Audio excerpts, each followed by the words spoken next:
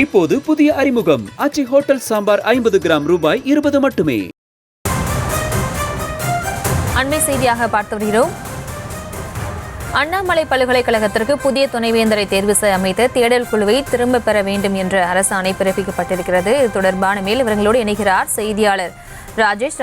வணக்கம், விவரங்களை வழங்கலாம். வணக்கம். ஆளுநருக்கும் தமிழக உயர்கல்வித்துறைக்கும் ஏற்கனவே பல்வேறு கருத்து வேறுபாடுகள் இருந்து வந்தது. இடையில் சிறு சமரசம் ஏற்பட்டாலும் கூட மீண்டும் தொடர்ச்சியாக இந்த புதிய துணைவேந்தர்களை நியமனம் செய்யக்கூடிய விவகாரத்தில் அந்த மோதல் போக்கு நீடித்துக் கொண்டேதான் இருக்கிறது. அதாவது வழக்கமாக தமிழ்நாட்டில் இருக்கக்கூடிய பல்கலைக்கழகங்களில் 3 பேர் மட்டும்தான், அதாவது ஒரு விசி ரிட்டையர்ட் ஆயிட்டாரு அப்படின்னா புதிய துணைவேந்தரை நியமனம் செய்வதற்காக 3 பேர் கொண்ட கமிட்டி நியமிக்கப்படுவது பெரும்பாலான பல்கலைக்கழகங்களில் வழக்கம். எனவே அந்த அடிப்படையில தான் சிதம்பரத்தில் இருக்கக்கூடிய அண்ணாமலை பல்கலைக்கழகத்திற்கு அந்த புதிய துணைவேந்தரை தேடுவதற்கான தேடல் குழு நியமிக்கப்பட்டது.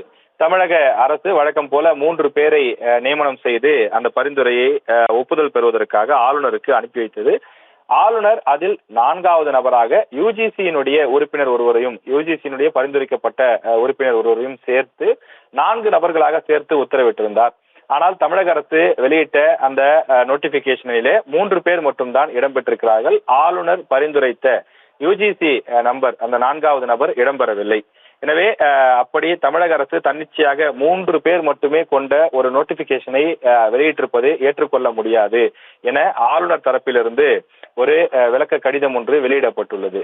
அதில் உச்சநீதிமன்றத்தினுடைய தீர்ப்பை சுட்டிக்காட்டப்பட்டு உச்சநீதிமன்றம் அந்த தீர்ப்பில் தெளிவாக குறிப்பிட்டிருக்கிறது.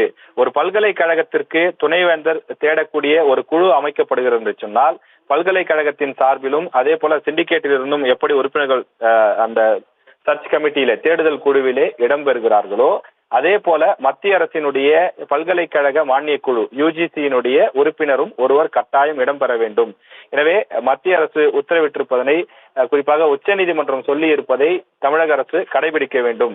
எனவே ஏற்கனவே தமிழக அரசு வெளியிட்டிருக்கக்கூடிய அந்த நோட்டிபிகேஷனை ரத்து செய்ய வேண்டும் என ஆளுநர் அறிவுறுத்தி தற்போது ஒரு விளக்க கடிதம் ஒன்றை வெளியிட்டிருக்கின்றார். இப்போது புதிய அறிமுகம் ஆச்சி ஹோட்டல் சாம்பார் 50 கிராம் ரூபாய் 20 மட்டுமே.